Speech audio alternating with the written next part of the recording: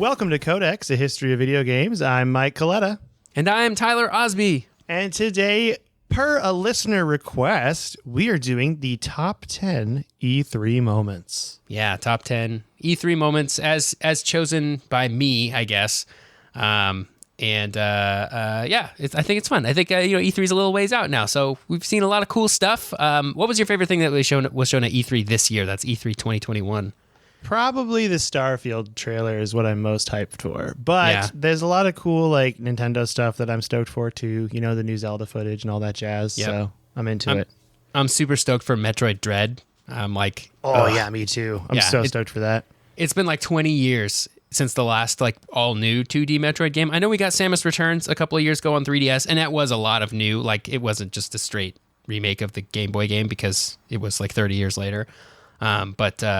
That game was great, but I'm really excited for like an all new, continuing the story too, because Fusion is still the latest in the Metroid timeline, and so Dread comes after Fusion. So we're finally going to get to see what happens to Samus. Future Samus. Yeah. So anyway, 'tis the season for E3. So I wanted to take a trip back down memory lane and talk about my top 10 E3 moments in histories because I love E3 so much. It's like a holiday season for gamers, right? The developers and the publishers come down from the heavens or the North Pole, I guess, to grace us with what's coming. And it's mostly a show about hyping people up about the future, especially like the upcoming holiday season. Let's go with more Santa references here. And so these moments get like really ridiculous because they're trying to out-hype each other. So since I work in the industry and I live in Los Angeles, I've had the privilege to attend a few E3s, in the before times when large events like this could still happen. And it really is quite the spectacle. It's like one big, huge advertising blitz with like every booth on the floor is like competing for your attention. If you've ever been to like a PAX too, the show floor of PAX is very similar to the show floor of E3. There's a lot more external stuff that happens at PAX. I love PAX too. We should go there next year if it's around. It's going to be there this year? PAX. I don't know. I think it's like kind of up in the air still right now, but I would be down. We were going to go together, and then that just like all fell apart. Yeah, well, then the world exploded, so we couldn't. That's true. I would love to go, if not this year, then next year. But what I'm trying to say here is it gets pretty crazy, and it gets even more crazy when the big three, Nintendo, Microsoft, and Sony, bring out the big guns and they show off their vision for the future of gaming. So quick little history lesson for E3 itself. It's been going on almost every summer since 1995, so there's a lot of time here with moments worth reliving. And since this is my list, it's a little bit more heavily weighted towards more recent E3s, and I guess by recent, I mean like the past 20 years, because it's almost a 30-year-old show. I didn't really pay attention to E3 in the 90s, but there's a couple of oldies in here that I think are worth talking about. So yeah, let's get into my top 10 E3 moments of all time, at least up through 2021. If you're listening to this in the future and something super crazy happened, then it's not going to be here because we're not time travelers. The ordering here yet. Yeah, we're not time travelers yet. Yet is the key word. The ordering of this list is a little bit intentional, but to be honest, I didn't think about it too much. So if you want to fight on Twitter about like why my number 7 is really better than my number 3, that's fine. But I promise you have given it more thought than I did. So you're probably right. Yeah, you're right. It's fine. We're moving on. So, so I just want to share some fun moments from history and provide a little bit of context for our younger listeners who maybe didn't get to experience them in their time. Or honestly, me, because I never really started to pay attention to E3 until like 5 years ago. Yeah. So. What I have learned about big E3 moments, and really anything in history, but it's all about the context leading up to that moment. So I do a lot of setting of context here today. I don't know if you ever watched the Rachel Maddow show on MSNBC. She always starts out at the top of the show with like something that happened in the 1940s. She's like, in 1947, something happened, and you're like, where are you going with this, Rachel? Because it's 2021, and then by the time she gets to the end, you're like, yes, it all connects. It makes sense. So that's what you're doing right now. You're Maddowing us. I'm Maddowing us. Right. Okay, so number 10, Sony. This is Sony won this event, but it was because of Microsoft's big blunder. And it's all about sharing games on the PS4. And if you weren't here if you weren't paying attention during this time, it was very funny. So in 2013, Microsoft announced and revealed the Xbox One. This was widely regarded by everyone involved to have been a really bad presentation because Microsoft showed off all of the new TV features of the console, like the HDMI import, which I think was still pretty cool, even if nobody ever used it. They talked about the TV apps on the console. They talked about watching sports. They talked about using it to control your DVR. Microsoft really, really wanted the Xbox to be the center of the home entertainment system, which isn't necessarily a bad idea, but they spent the vast majority of a gaming conference talking about these TV features to be used like instead of all the gaming features. So, man, I remember the Xbox One used to have picture-in-picture for watching video apps while playing games. Do you remember that? Yeah, I actually remember this E3 now that I think of it. Like, I'm because so I was also sad. like, they're really going all in on the TV here. That's what I was thinking. Yeah. I was so sad that they got rid of that picture-in-picture thing because it was really cool. I used to play Diablo 3 while in between like watching esports games like back in the day. It was good times. Anyway, they removed that feature. Unimportant. Anyway, all that's to say is that Microsoft was having a terrible press conference. They showed up to a gaming event and all they could talk about was TV. And then they started talking about games and how you wouldn't need to use discs to play your games. You put the disc in, you'd install it, and then as long as you had an internet connection, you could play your games. Well, as long as you had an internet connection. So is this going to be an always online console then? That's what people were asking. They were a little bit cagey about it. And yeah, that was the plan. Microsoft intended to make online connectivity required for the vast majority of functions on Xbox One, including playing games. Like even if you're going to play a single player offline game, you were going to need to have a connection to the internet. And gamers did not like that.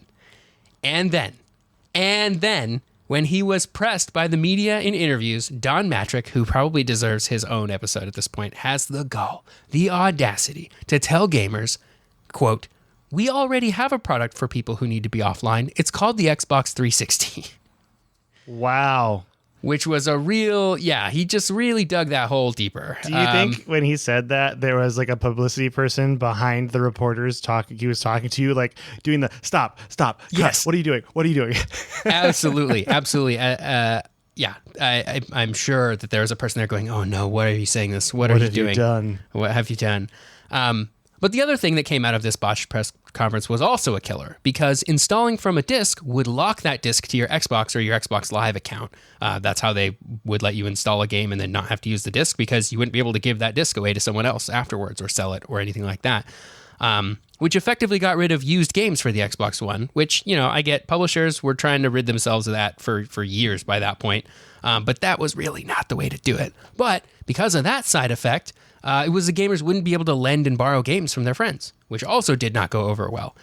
So they were crashing and burning. Microsoft was really just messing up on every level. And like the real kicker on top was like, oh, you'll never be able to lend your games to your friends or borrow games from your friends. So the problem here was that Microsoft did their press conference before Sony did. And Sony was also unveiling a console at E3, the PlayStation 4. So in a flash of brilliance, Sony recorded an official video that's still on their YouTube to this day called How to Share Your PS4 Games with Your Friends. And the video shows two Sony employees. I'm not sure who they are. Somebody out there definitely knows. I'm sure they're very important people there. One of them just says, "This is how you share games with your friends." It just hands a copy of Killzone Shadowfall over to the other person. And that's it. The whole video is like 22 seconds long. And that's how they won the entire generation of consoles with that video, which was just... oh, wow. What a time to be alive. I remember this. Oh, this was so great. It was so, as a so person who funny. even liked Xbox, I was just like, yeah, Microsoft is making the dumbest decision ever. Like, Yeah, they really goofed. They ended up walking back a lot of that stuff. The always online stuff, obviously, the disc locking, you can borrow games from your friends. They walked that stuff back because of the massive backlash they received. But man, I can't imagine a world where we don't have used game market. Like that's how a lot of people play games. They just don't have the money to buy a game for $60, which is totally acceptable and it's totally fine. And there should be a used game market. So yeah, and I think the way that they're going to sort of Trojan horse the no used game thing is similar to how PC has done it because there are no used games on PC, right? They're going to start like you can buy a PlayStation 5 without a disc drive in it for $100 cheaper. You can't play your used games on a PlayStation 5 without a disc drive. And you saved $100 doing that. And I think Xbox has a similar thing, like maybe the Series S doesn't have a disc drive, I think, too. Yeah. That's how they're going to do it, is they're just going to slowly phase out disc drives, and then you just won't be able to buy used games, which is, I guess, the more customer acceptable way to do that, even though it still sucks. Yeah, it's also still very much them just getting rid of this great part of history. And cartridges. Yep. Oh, I love them so much. Yep. Okay, number 9, the Halo 2 release date reveal. Do you remember this? Not off the top of my head. Again, this is probably before I really started following E3 regularly. You'll remember it when it comes up. I'm sure we talked about it at some point. But in 2004, there was no other game being hyped or waited for as Halo 2. And I know some of you will say Half-Life 2, and you're not wrong. I'm not saying people weren't hyped for that game, myself included, which shows how old I am, I guess. But the original Halo had taken the console world by storm. It was the first truly successful first-person shooter on consoles, and it proved to the world that consoles could handle FPS. And I think that without Halo, the first Xbox would straight up not have been successful. I think that Microsoft would have had a really hard time breaking into the console market without a killer app on launch like Halo. And I also think that Halo is the single most important Xbox game, and I don't think many would disagree. And if you do, send us a message, codexhistorypodcast@gmail.com. But Tyler, anyway, what about Fusion Frenzy? All right, I take it back. Fusion Frenzy was, yeah, all right. You're right. Man, I was trying to really pull a deep Xbox original cut there for that. Conquer, Live, and Reloaded. So anyway, the hype for Halo 2 was real, and it had been revealed as far back as September 2002, originally for a release date in late 2003. Oh my gosh, can't speak today. And then it was delayed, and then it was delayed again. And by E3 2004, we knew this game was coming soon, and Microsoft wanted to take advantage of that hype. So when Peter Moore took the stage to tell gamers that Halo 2 would not be delayed anymore, it was awesome. In fact, he was so confident in the release date that he revealed it by rolling up his sleeve and showing a tattoo that read November 9th, 2004 with the Halo 2 logo, which was just incredible. The crowd went wild, and it was a pretty cool way to reveal a release date. Does that sound more familiar to you? Or that does sound more familiar to me. Okay, yeah, this is starting to come back. Again, like, I just can't remember stuff anymore, apparently, because this was big. This was huge. It was big, yeah. That said, I don't think the tattoo was real, but I still liked the showmanship there. And it was early enough in the days of the internet that, like, people, like, sort of didn't know if it was real or not, and you just never knew. You know, it's one of those things that's like, well, I guess we'll never know. Peter Moore did later reuse that strategy for the reveal of Grand Theft Auto 4 on the Xbox. It wasn't quite as cool the second time around, partially because the tattoo looked super fake, and it was in the same spot as the Halo 2 one, so I guess that sort of gave away the Halo 2 one. It's a henna tattoo. Maybe. You think he still has that? That tattoo would be so funny. A henna tattoo artist that can keep a secret about video games. Yeah. It'd be so funny if he still had this like Halo 2 release date on his arm. I'd keep it. I think it's pretty cool. That's cool. Yeah. The footage of Halo 2 that they showed at E3 did not make it into the final game, and even Bungie would admit that it wasn't even possible for the Xbox hardware to do what they showed in that demo, which is pretty funny and brings us to our next moment. Our number 8 moment is Killzone 2, which is a little bit more infamous than famous, I would say. This isn't the one that like gives you all the feels and makes you feel great. This one really drives home how much of a show E3 is, and I think sometimes to its detriment. So we're going back to 2005. That's what, 15 years ago? Yeah, we're there. We're in 16 years ago. My brother just graduated high school. All right, we're in it. Yeah. Sony really wants to show off some PlayStation 3 footage. But the PlayStation 3 isn't going to come out till late 2006, remember? So this is a while before the launch of the PlayStation 3. It's next generation, and it has to look like it. But like I said, it's 2005. There aren't really many games available that are in a state that we could show them to millions of gamers online. But Sony still showed an epic trailer of Killzone 2. Do you remember Killzone? I do. And I kind of wonder, like, why did they give up on Killzone again? They kind of gave up on it. PlayStation did. Yeah, they I think there was one for the PlayStation 4, which is the one in the sharing games video. That's what the game they use in that video. I think it was a launch title, Shadowfall. But I think that's the last real Killzone game. This was going to be like Sony's Halo, essentially, Killzone. It was going to be Sony's Halo Killer, when Halo Killer was like a popular narrative for FPS games. Remember when every new FPS game came out, I was like, it's better than Halo. None of them ever were. A more recent example is Anthem being a Destiny killer, you know? Or I think there's just so many games that are called like Destiny killers. Any game as a service is just called out automatically. Yeah. So they really wanted Killzone 2 to look good, though, because they were trying to kill Halo with it. And so they showed this epic trailer. It looked great. but people couldn't just shake the feeling that it felt fake. So rumors abound for more than a decade that it was what is now known as a bullshot, which is a touched-up video meant to be passed off as actual gameplay. Because when the game came out, it was not as good-looking as the trailer would have led us to believe. Partially because the game was actually meant to be a PS2 game and then moved over to PS3 late in development, which really... Yeah. But in 2017, we got some closure on this because No Clip documentaries, if you've never watched those, by the way, highly recommend them. Really good series of gaming documentaries. No Clip. They talked to some folks at Guerrilla Games about Horizon Zero Dawn. But in their talking about Horizon Zero Dawn, Guerrilla Games is the company that made Killzone. But in the process of doing this interview, they uncovered that it was indeed not ever real gameplay. It was actually an internal video that they had made for the purpose of illustrating what the next generation of shooters could look like. But according to them, it was never meant to be passed off as actual gameplay, which, maybe we believe them, maybe we don't. But Sony did that anyway. But fortunately, I think for Sony, we didn't learn the real truth until years after it was relevant. So I guess it sort of served its purpose, right? But gamers now, everywhere now know not to take trailers as gospel because you could be getting taken in by a bullshot. Yeah, and also like the whole making sure it says like actual gameplay footage or not actual gameplay footage at the bottom of the trailer. They try to be a little bit more kind now and clear, which is good. And it's because of this, because people just didn't believe that it was real and it was not real. So, yeah. Bullshot. So that's number 8. Bullshot. Number 7, Cyberpunk and Keanu Reeves. This is more recent. Yeah, I remember this because this is very so recent. Great. Yeah. So Cyberpunk 2077 is one of those games that's been in development for like a decade, before it came out, it was in development for like a decade or not far off from a decade. It was teased for years. They really didn't show much for a long time. And in the time before the release of Cyberpunk and the subsequent fallout of what gamers felt was a very unfinished experience, the hype was palpable, and it was getting bigger and bigger. And in 2019, gamers were clamoring for more information on Cyberpunk 2077. So the game was far enough along in development that the devs over at CD Projekt Red felt comfortable sharing a release date.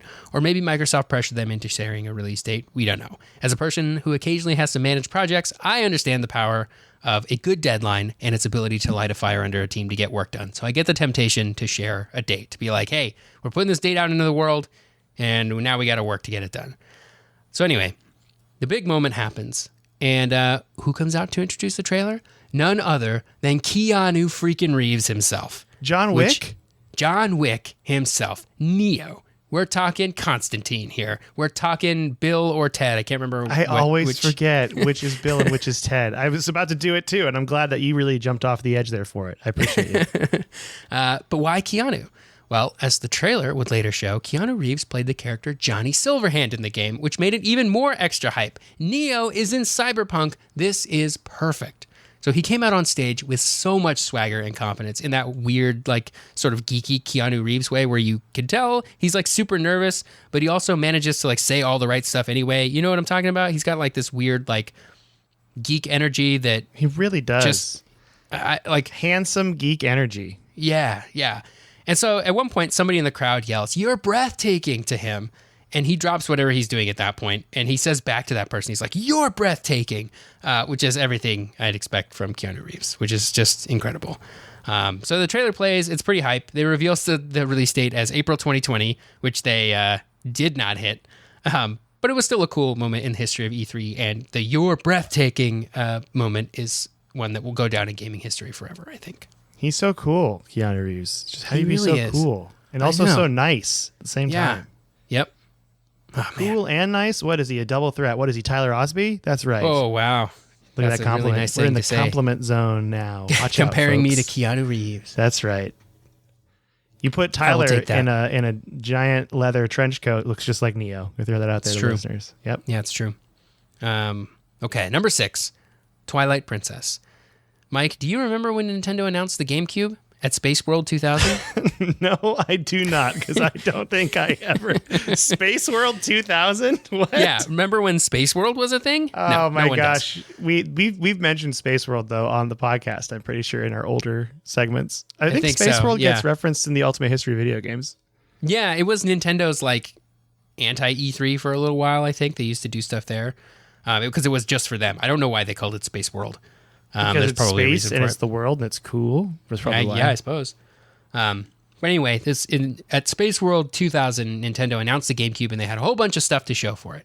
At this point in time, Zelda Ocarina of Time was still a modern game, only 2 years old, and Majora's Mask had just come out only a few months before.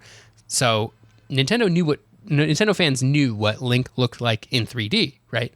The Nintendo 64 was basically the pinnacle of graphics as far as Nintendo fans were concerned, although the Dreamcast was redefining realism at the time. And I guess the PlayStation 2 was out by August of 2000, of 20-aught. Right? Is that how you say that? 20-aught? 20-aught? Yeah, that sounds right. I think you nailed it. Yeah. 20 double-aught? I don't know. Double-aught 20? Anyway. That's not right. So when Nintendo showed off the GameCube for the first time, people were pretty stoked about this, right? And they picked the perfect subject to show off the system's graphics, which was Link. It's about as realistic as Nintendo games get because most Nintendo games are pretty cartoony and not what we would call photorealistic to this day. And the 14 glorious seconds we got at Space World were truly incredible. I should note that this is long enough ago that the only way for a regular person to see this footage of Link fighting Ganon was to either painstakingly download it over dial-up at the time, unless you were somehow lucky enough to have a DSL connection in 2000. A 14-second video would have likely taken hours to download over a dial-up connection. Or, if you were lucky, you might catch it on the nightly news, or if you were very lucky, you could watch it on what was then ZDTV, the predecessor to Tech TV, and then G4 TV. Those were the days. Kids have it easy these days with their YouTubes and their TikToks, They really do. You used to really have to search for a video or just wait for the magazines to come out and look only at screenshots. I remember pulling up IGN in the early 2000s, and you'd have to wait just to load the page. Yeah, you would click a link and you'd go get a sandwich or something. Yeah, I'm going to go get water or something, come back. Yeah. So anyway, the demo was incredible. It was Link fighting Ganon for just 14 seconds, but it looked so cool and the graphics were so good. And Nintendo fans were well, this is what the new Zelda's going to look like, right?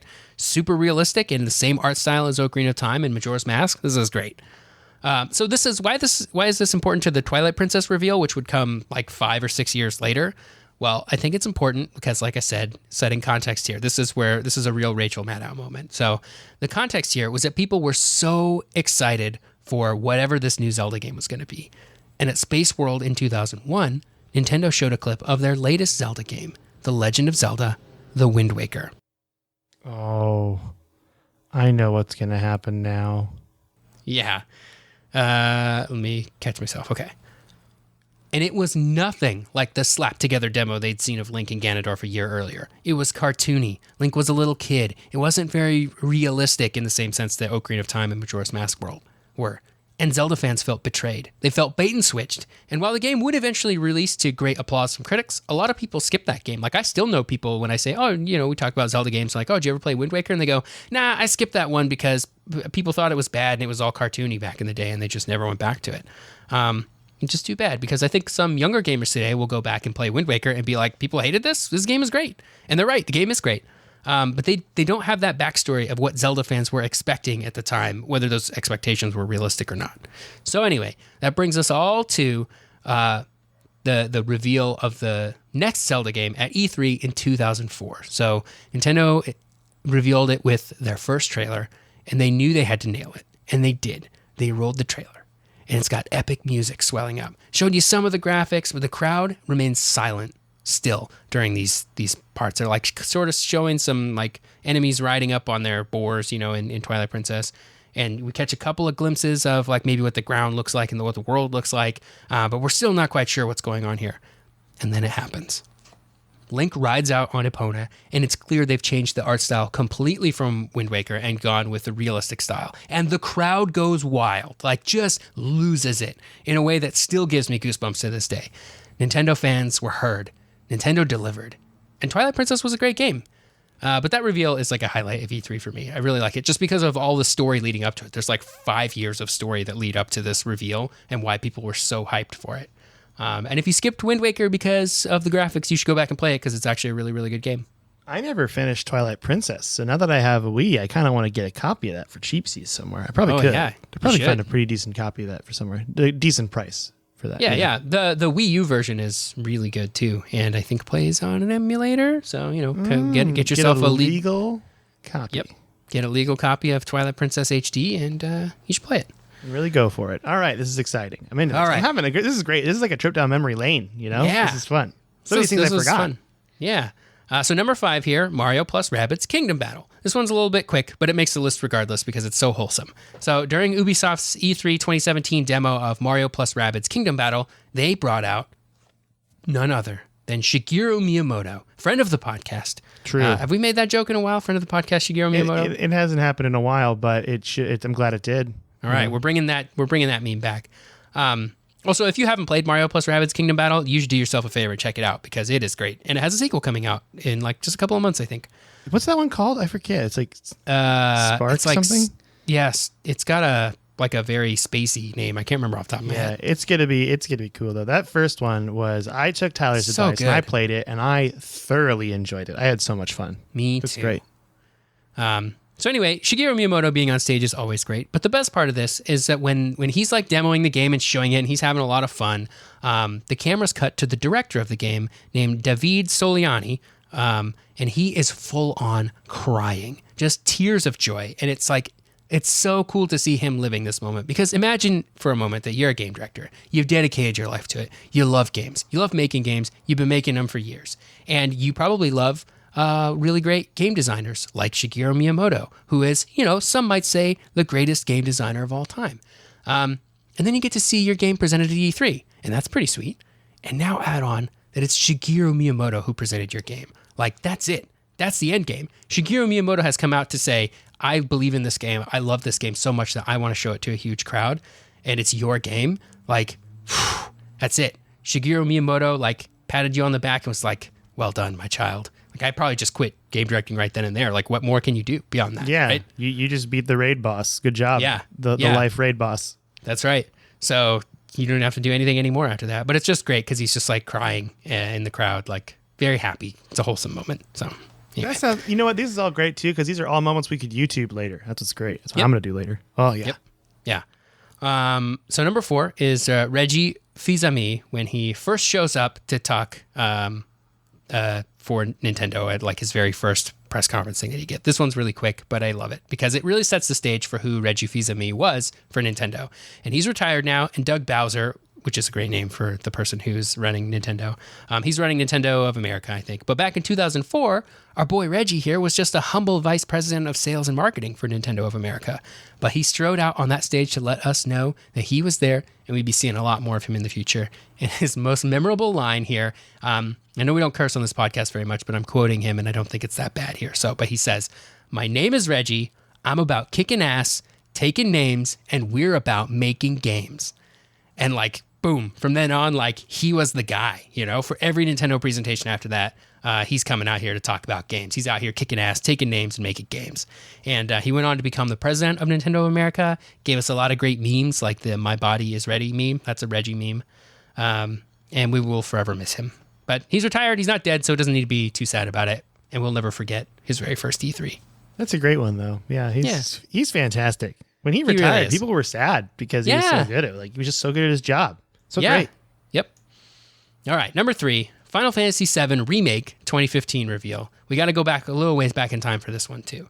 So the FF7 Remake Part 1 is out now, and I think people generally feel pretty good about it. I know I really enjoyed it, and I plan on playing it again on PS5, but it was a long time coming.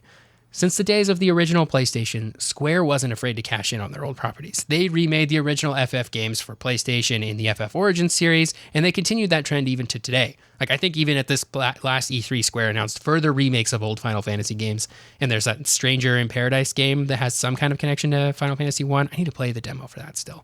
But for decades, they refused to give one game a proper remake, and that was Final Fantasy VII.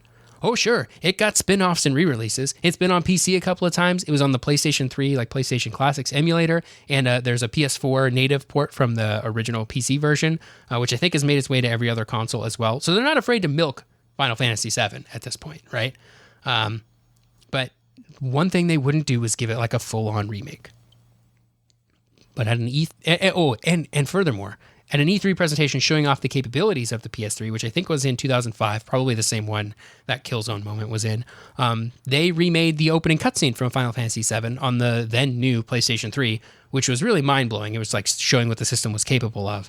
And people were like, are they remaking it? They remained cagey and coy about a possible PS3 remake of Final Fantasy VII. And then they continued to refuse to give it a full-on proper remake. They said it'd be too big. They couldn't possibly. Too much fan expectations. And besides, didn't you want to play all their new games? Well, the rumors persisted. And then, at E3 in 2015, it happened. So the crowd hushed for another trailer. It was just a normal Square trailer started to play because we didn't know what we were getting into here. The narrator starts describing characters and places we'd seen are coming back, but not being very specific about it. Wait, was that something from Midgar? Like, as we're watching this, we're like, oh, that kind of looked like Midgar for a second. This place feels familiar and yet so unfamiliar. And then the narrator says, they are coming back. And we catch a glimpse of what is unmistakably Barrett's gun arm. And then we get this sheen of Cloud's Buster Sword. And then it cuts to black. And the screen just says, remake. And the crowd just loses it again like they did for Twilight Princess. Like, everybody liked that. And it's probably the moment I've personally been the most hyped for an E3 video so far. Because it was incredible just knowing that this game was finally getting a true remake. And it took like 5 more years to launch, probably 3 of which they gave us absolutely no information at all beyond, yep, it's still coming. But man, that was a good reveal. Because one, I didn't realize, so they've only released remade Final Fantasy VII Part 1. Right? There's only, you said, so how many parts are there going to be? They don't know. The people generally are assuming it's going to be in 3 parts because there were 3 discs to the original game, but in the Part 1 sort of ends roughly around the same place where the first disc ends, I think, for Final Fantasy VII, but I don't know. And honestly, if I were them, and I kind of want this anyway, even if I'm not them, I'm down for them to sort of drag it out for a lot longer because I think I probably got 30 or 35 hours out of the Part 1. And I loved it all. Like, it doesn't feel like it's being stretched out. It feels like they're adding more story stuff in, and I'm kind of down to just play this game for the next decade of like releases. I think it's cool. I know some people don't like that, and they're like, "Oh, just wait for it all to come out." I'm like, okay, that's fine, but it's going to be like 150 or 200 hours of game time when you wait for it all. So, good luck with that. Yeah. I like playing. I like experiencing stuff as it comes out. I'm also not really a big fan of like waiting for TV episodes to stack up usually too, especially on like big TV show moments like Game of Thrones. I have to watch every week because I like the conversation around discussing around what's coming next. But I get that not everybody likes that kind of stuff. No, I agree with you. I actually like, I still haven't started Loki yet. I'm like 2 episodes behind because it's 2 episodes out, and I'm like getting antsy because I can't talk to anyone about it. I don't know. I'm like, I need to watch it. Anyway, it's great. Two more. I'm super excited. We got 2 more here. So number 2, Nintendo Wii reveal in 2006. So Nintendo in 2006 was a very different Nintendo than what we have now. The Nintendo 64 and GameCube did not win their respective console generations, and it was pretty clear to Nintendo that the way the wind was blowing when it came to the type of content gamers wanted was like more realistic, gritty, like remember in the mid 2000s when everything was like dark and edgy and all that kind of stuff. Yeah, a lot of browns, grays, blacks, and video game color palettes. Yep. There was a whole generation of lifelong game players who took games seriously, and they were all coming of age. So for context, I was 16 in 2006, and I didn't really want to play any of that kiddie stuff Nintendo was putting out still on the GameCube. I did still play a lot of it, but not very much of it. And I certainly wasn't like stoked for it, you know? Nintendo also wasn't traditionally winning in the spec war necessary to push more and more realistic games. The N64 held its own with the PlayStation, and the GameCube was no slouch in its own generation, but it was an arms race that Nintendo did not want to participate in. So they made their own path. They talked about a revolution console, like in quotes, I say that because that was like the code name for the console. They talked about it all through 2004 and 2005, but we didn't quite know what that meant. I guess we all assumed Nintendo was sort of putting together like their super high-powered console for the next generation to compete head-to-head with Sony and Microsoft, and they were calling it a revolution because why wouldn't you call your new console a revolution? You always want it to feel like it's a revolution, right? But what we got, though, was the complete opposite, and we did not know what to expect at E3 in 2006. So at E3, they began with Miyamoto coming out on stage, and he's conducting an orchestra with a Wii controller that had only been revealed a few months prior at the Tokyo Game Show. There, they only showed the controller. They showed people playing with it, but they didn't show any actual gameplay. So we really didn't know what to expect with this controller, other than it would incorporate motion controls somehow. And that was also where the name Wii was revealed. And being in high school, we made a lot of Wii jokes. It was great. Oh, so many. What a great time to be alive. Yeah, really was truly a golden age for comedy. For Wii-based comedy. Yeah, in a high school kid's life. Man, and also watching these trailers again has definitely shown me that even as late as 2005, we were still definitely in the 90s. Like, you go back and watch that TGS trailer, and it's like, oh, this is definitely like a 90s trailer. Anyway, Reggie comes out. Oh, it's your boy, Reggie. And he comes out promising us that this isn't just what's next, it's what's new, and that playing is believing, which is a pretty cool way to start this presentation. Like, he was really setting the stage for, like, this is a paradigm shift in gaming, right? And over the next hour, they showed us demo after demo of Wii motion controls, sword swinging, gun aiming, tennis racket swinging, baseball bat swinging. There was a lot of swinging of things. So much swinging of things. You're right. Yep. So my point is, we had never seen anything like this before. It was truly incredible. Like, motion controls were just sort of not a thing at this point in time. Like, remember, like, the iPhone hadn't come out yet, which was really kind of the first phone with or the first popular phone with accelerometers and that kind of stuff in it. But yeah, so it was just like awesome to watch this. And while maybe motion controls still haven't quite lived up to what was promised to us in 2006, I remember walking away from that presentation just like a full-on believer. I was like, this is it. The gaming has changed. It will forever be this instead of what we still have now. But man, that was a cool thing. I had a good story about picking up a Wii. Sorry, take a drink of water here. But I managed to pick up a Wii. This is exciting. I'm like not talking very much this episode because I am so enveloped in it right now. This is the problem with us doing every other episode is the other person gets like super into it and I'm just listening, you know? Yeah, well, that's okay. That's all right. So I managed to pick up a Wii just 3 days after they launched. I remember getting the phone call from my friend Chris. He's like, hey, Tyler, you got to come down to RoccoW. They've got one more Wii in stock. And he sat there and he waited while they held on to it for me. And I might be misremembering this part, but it's very possible that Matt in Japan was there too, because we played a lot of Wii together for the next few years after that. Good times. I hope so. And we made a lot of Wii jokes. Matt in Japan, true legend of this podcast. Yep. Actual friend of the podcast. Actual friend, real life human friend of Tyler Osby in the podcast. Yeah.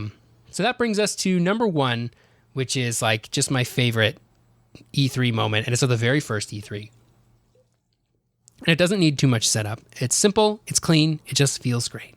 So we've talked about this one on the show before, but Sony's presentation for the original PlayStation at the original E3 in 1995 is my number one moment here. So Sega had put on a great show. They launched the Sega Saturn here by surprise to Expo goers. It was out in Japan already. And usually those things take like a year or two, right, before it starts to show up on Western shores. At least back in those days, there were no worldwide console releases. You always just heard about the games that were out in Japan before they got to the US.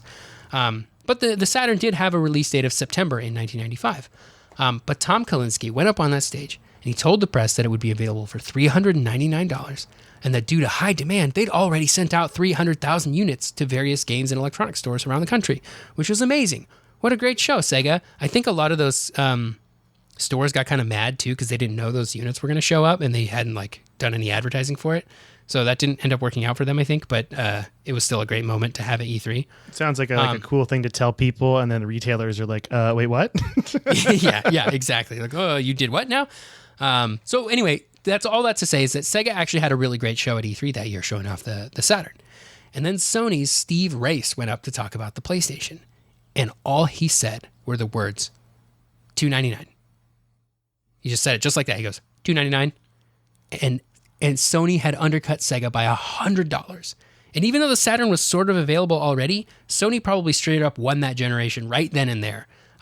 Which brings me to a note to myself here. Never give a press conference before Sony, because they will show up and find some way to show you up in like our first moment from today, right? With the sharing of games. Like, because they went after Microsoft, they were able to really nail that part. So Sony has a habit of winning console generations right at E3. Nintendo would go on to undercut both Sony and Sega by a further $100 with the Nintendo 64, which launched at just $199. And while they were mostly competitive with the PlayStation, the Saturn fell behind for a lot of reasons. I think we've done an episode on the Saturn, and ultimately set Sega on a path to leave the console hardware business completely. All from just $299. So that's $299. That's crazy. Note to self, when we release the Jaybird 3000, which is our new gaming PC, that runs on an entire Jaybird operating system. It's actually really frustrating because you have to solve the puzzle before you open an internet browser. We should not present that before Sony. Yeah, we should not do that before Sony because they'll just show Windows. They're going to be like, we don't have to run a puzzle to open a browser. And we're like, dang, they got us. They got us so good, Sony. But if we could go after Sony, they'll never get us. They'll never get us. That's right. Yeah. Exactly. So yeah, there are so many great moments at E3, and while this is the list I picked, and it's roughly in order, there are so many more moments that I didn't get into. A lot of them are like real, you had to be there moments, like Metal Gear Solid 2 was super hype. But 20 years later, if you weren't there, it's kind of hard to relive, because it was really hype, but it was just like, because the first game was so great, people were excited for the second one, and that's not a great story. I wasn't a Metal Gear Solid fan at the time, so I can't even relive it for you. You can't even live vicariously through me. I also love the Gabe Newell moment when he comes up during the Sony press conference in 2010 to talk about Portal 2 and how it was coming to the PlayStation 3 complete with PS3 PC crossplay, which was completely unheard of at the time. Like, games did not have multiplayer between console and PC in those days. And then who can forget about, Giant Enemy Crab, the PS3 demo that was apparently based on real life battles that happened in Japan, somehow featuring a giant enemy crab in which you have to attack the weak point for massive damage. Oh, that one was a good one too. So many good memories. Yeah. So even though I'm a little bit jaded today by having seen a million E3s and knowing I know not to get too hyped for stuff, I still love watching the show. I still love to see the big companies come out and try to outdo each other, showing off the latest games. And that's always just great for gamers. So yeah. Do you have any moments that I missed that you want to talk about?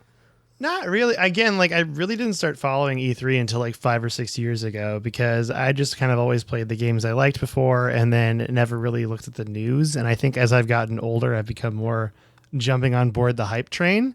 Yeah. But there is something I forgot about this year's E3 that I wanted to talk about on the podcast because I love that they are remaking Advance Wars for Nintendo Switch because that game is like a real banger from my childhood. You know what I mean? Like, this game is great to me, and I played it so much on Game Boy Advance, and I saw that it's essentially a remake of the first two games put together. I think it's called Advanced Wars Reboot Camp or something like that, and it's going to be, I'm so excited for it. Oh man, so much time lost. I might be more excited for that than even Metroid, just because that's a connection to me, that I was like, wow, they're remaking this game that I felt like, because I've asked a lot of people about Advance Wars, and it's 1 in 3 people I ask know what I'm talking about. You know what I mean? That's what it feels like. So it's exciting that they're remaking it and kind of giving it its due diligence, and it looks really pretty. But I'm excited for also Skyward Sword because I've never played Skyward Sword, so this is a whole new thing that I'm going to get into. But yeah. Well, what you been playing? Well, I had been playing Mass Effect this week and also been playing some Smash Brothers. I'm just trying to work on the games that I have in my backlog. Kind of completely fell off the Destiny train again. Just don't even care anymore because I just want to play these older games. And but that's about it. It's been kind of a very easygoing week for me with this because I just want to beat Mass Effect and I just want to get all those characters on Smash. That's pretty much where I'm at. And then I'll probably move on to Borderlands 3 or something and finish that game too. Another game I realized I forgot to finish is Star Wars Force Unleashed 2. Oh, you better get back into that. I actually got that on Xbox Games with Gold a long time ago. This was before Game Pass, and I almost finished it. I'm on the second to last level. I looked, and I'm like, oh, I just need to beat this game. But now, I think I stopped because I got stuck in a moment, and it was really annoying. And now I don't remember the controls at all, so this will be very interesting to jump back into. But what about you? What have you been playing? Most of my game time this week has been spent playing Ratchet & Clank Rift Apart. I had a pretty busy week at work, so I didn't get as much game time in as I wanted. But yeah, still loving Rift Apart. It's still great. I'm not that far into it, but it's one of those games with it's not an open world game, but each sort of level has like kind of its own mini open world with stuff to do in it, which I really enjoy because it lets me feel like I can complete an entire world and like check it off the list, you know, rather than having like a really huge like Breath of the Wild style monster open world that just feels like impossible to ever finish. So I'm having a lot of fun with Rift Apart, and I like the story, and I love those characters, and gosh, it is beautiful. I spent like an hour yesterday playing with the photo mode in it, which is, I love the trend of having photo modes in games nowadays because they look so good. And Insomniac does a really good job with their photo modes in Ratchet and Clank and in the Spider-Man games. So yeah, having a lot of fun with that. And but that's really it. I'm trying to think if there's anything else. I started up Yakuza Like a Dragon and played like 20 minutes or half an hour of that.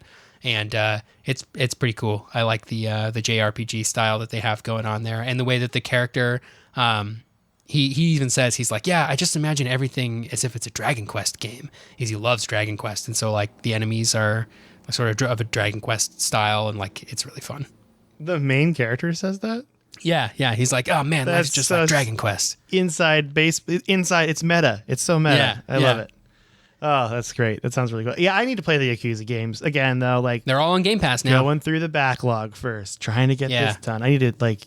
It's fun though because I'm actually doing this backlog thing. It doesn't feel like work. It feels enjoyable, which is nice. Because sometimes you have a game in your backlog and you're like, I don't know if I want to finish it, and you're like, no, you know what? I'm an adult. I don't have to finish games. I can move on. You don't have to do things you don't want to do. Exactly. Well, we have 2 emails to read today. Okay. Do you want to read Matt's about pachinko, or do you want me to read Matt's about pachinko? How about you read Matt's about pachinko? Okay. This is great. This is from Matt in Japan. Friend of Tyler, potentially was with him when he got his Nintendo Wii. Hey, Mike and Tyler, you asked for it, so here's the scoop on pachinko. I've played it once and only once and didn't enjoy it. Wow, strong words from Matt. Here we go. As you guys said before, it is very similar to Peggle. The only difference is instead of sending one ball out at a time, you're sending out a whole stream of balls. This is done by turning a little hand knob on the machine, and you turn it to adjust the speed that they come out at. If you turn the knob too hard, the balls will just go straight to the far side and not go in the hole in the middle. So you need to find the sweet spot to where the balls will consistently fall down into the hole in the middle. When the balls go into the hole, cool stuff happens on the screen, namely the slot machine reels. If you win a jackpot, you get a ton of balls. The balls are then taken to a reception counter to be counted like Chuck E. Cheese tickets. You are then given a receipt with the value printed on it, and that can be taken to a place next door where your winnings can be redeemed for various prizes. Instead of a plastic spider rings and sticky hand toys, the pachinko prizes vary from electronics, cosmetics, souvenirs from the local area, and even groceries. Said prizes are then taken to another place nearby where they can be exchanged for cash. It's a weird loophole they use to get around Japan's gambling laws. I can't personally confirm that last part is actually true because I never won big. I only put in $10 into the machine and all my balls were gone in like 5 minutes. I personally prefer the coin pusher games that Mike mentioned because $10 gives you like an hour of playtime with those. Matt in Japan. I totally agree. Also, Matt, you're right because we got a Medium article actually sent to us on our Discord. Let me just look up really quick who sent this Medium article to us. I actually read this last night. Chris sent us a Medium article.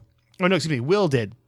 Will sent me a Medium article that is about a brief history of pachinko, the children's game that became a billion-dollar industry. And that is true that they keep these stores separate, but they're owned by the same company. So you take your prize and you exchange it for cash at the other one to get around. It's a loophole in Japan's gambling laws, 100%. So that's why this game is like a big thing. But the article is pretty interesting about it because it says that it's an industry that's really built for this one generation. And the younger people in Japan are not really big pachinko fans like the older people are because they're not really like hooked into it. Mm-hmm. And it's very interesting. The article is called A Brief History of Pachinko, the children's game that became a billion-dollar industry in Japan. It's a Medium article, and it is on our episodes channel in our Discord. So I highly recommend you give it a quick read. It's very good. But thank you for the insight, Matt in Japan. And also thank you for letting us know that it sounds like it's not as fun as the coin pusher game. Coin pushers for life. I'm going to get a shirt that says that. So, coin pushers for life. Yeah. The coin pusher games also... this goes back to it. This is a whole ethics question too. Is this Chuck E. Cheese style stuff gambling for kids? Because that's what it feels like, 100%. And when I go to Dave & Buster's and play the coin pusher game, but at the same time, I'm also playing it, so I am the problem. But yeah, I think it's gambling if you're playing with the intent of getting tickets, because you're not really sure how many tickets you're going to get. If you're playing to have fun and the tickets are sort of side effect that make it a little bit more fun, I think that's okay. Also, when I go to Dave & Buster's now, I'm just trying to beat that Halo Warthog game that they have. Yeah, the Fire Team Raven. You beat it, right? I've only gotten like, I think halfway through it with my friends before they got kind of tired of it. I'm like, oh, yeah, we went there for a work thing. We went to a Dave & Buster's and like they gave us money on a card. Work did, and I think 2 or 3 of us like found this Fire Team Raven game. We just sat down. I think we spent all of our free money on playing it. And I'm pretty sure we ended up finishing it. We beat the whole thing. Nice. It's fun to play arcade games like that. Yeah, it probably cost more than an actual Halo game to beat this like hour-long or 2-hour-long light gun game, but it was still fun. We had fun. That's how they get you. Well, do you want to read Burger Champ's email? Yeah, we got a Burger Champ email here. Gentlemen, the prodigal old guy returns. It's been a while since we last spoke. Now that the charges have dropped and I'm allowed back in the country, I've eked out some time to write an email. Is there a game or franchise that has motivated you to explore expanded lore, such as games, comics, or web shows? What about fan fiction? Continue with the code excellent work, Burger Champ. Quick question, by the way. We have 2 people in our Discord base, Burger Champ and Old Man Ryan, that are trying to get the old guy title. Do we need to have like an old guy off, like a contest of old champions to determine who is the oldest as far as what they do? Like, do you wear white shoes while you mow your lawn? Because that seems like an old guy thing, Socks with sandals? Definitely an old guy thing. There you go. Do you constantly complain about how things are more expensive than they were when you were younger? Old guy thing. Just a thought. But to answer the question, absolutely. Actually, just today, I was watching the Castlevania Netflix series because I am kind of into the story and the lore of Castlevania. And I've also bought Destiny comic books, and I've bought the Grimoire collection. This was when I was like really into it at PAX like 2 or 3 years ago. And spoilers, I fully read the comics, and the comics are great and like come in like this nice trade paperback.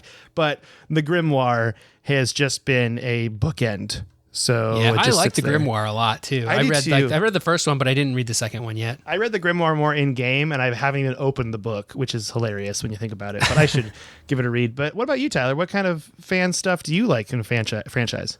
Getting into further lore, I definitely read. I read the first Halo book, the Fall of Reach, which is really good, and actually, you get a little bit more out of some of the later Halo games, like Reach, of course, and Halo 4 and Halo 5. You get a little bit more out of those games if you've read that one, because they deal with Halsey, the person who created Cortana and the whole Spartan program.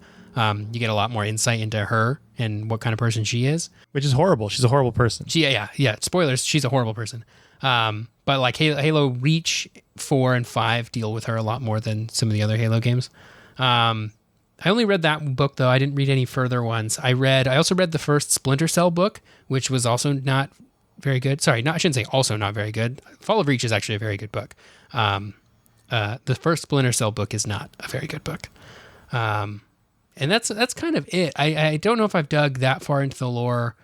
I like outside lore of games. I love Final Fantasy lore, and I'll get into the lore of other Final Fantasy. Well, I guess 7 if you count like the movie Advent Children. I definitely have seen that like at least 10 times. Which one? Which Final Fantasy is Spirits Within? Is that just separate? It's just its own deal. Yeah. Yeah, I watched that one when it came out in theaters. Not very good. Yeah, it was very confusing as a child. I was very confused, and I was like, I spent money on this.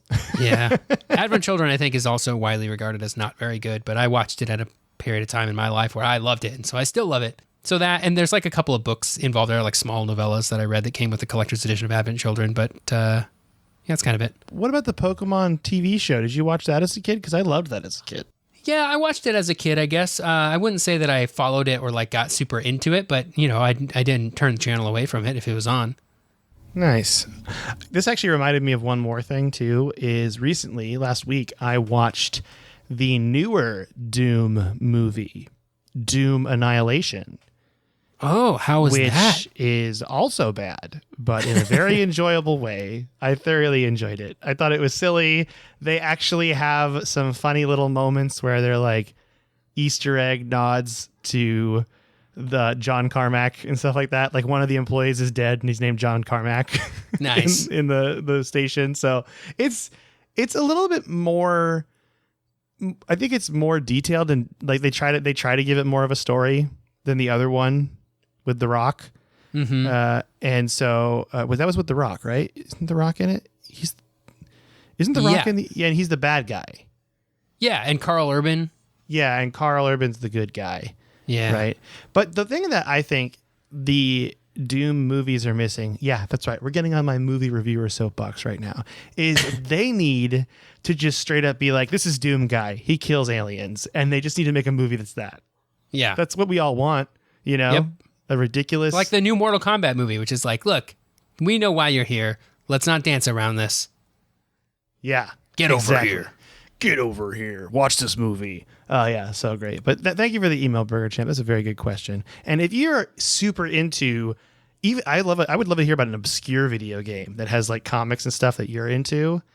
Email us, codexhistorypodcast@gmail.com. Other things you can do, of course, you can tell your friends about us or give us a review on Apple Podcasts. Really appreciate that. You can join our Discord if you go to my Twitter @mecoletta, MECOLETTA. Click on the link at the top that's pinned to my profile. That is a permanent, never expiring invite to our Discord server. But I will also send you an invite if you email us as well. Tyler's also on Twitter @SneakerElf, ELPH. If you are mad that he did not include your favorite E3 moment, you could tweet at him. Yep, you know, do it if you want to. And I'll say, you're right, because I don't like conflict. That's, you know what, two no conflict dudes running a podcast. That's what this should have been called. But thank you all so much for listening. And Tyler, do you want to say bye to everybody? Bye, everybody.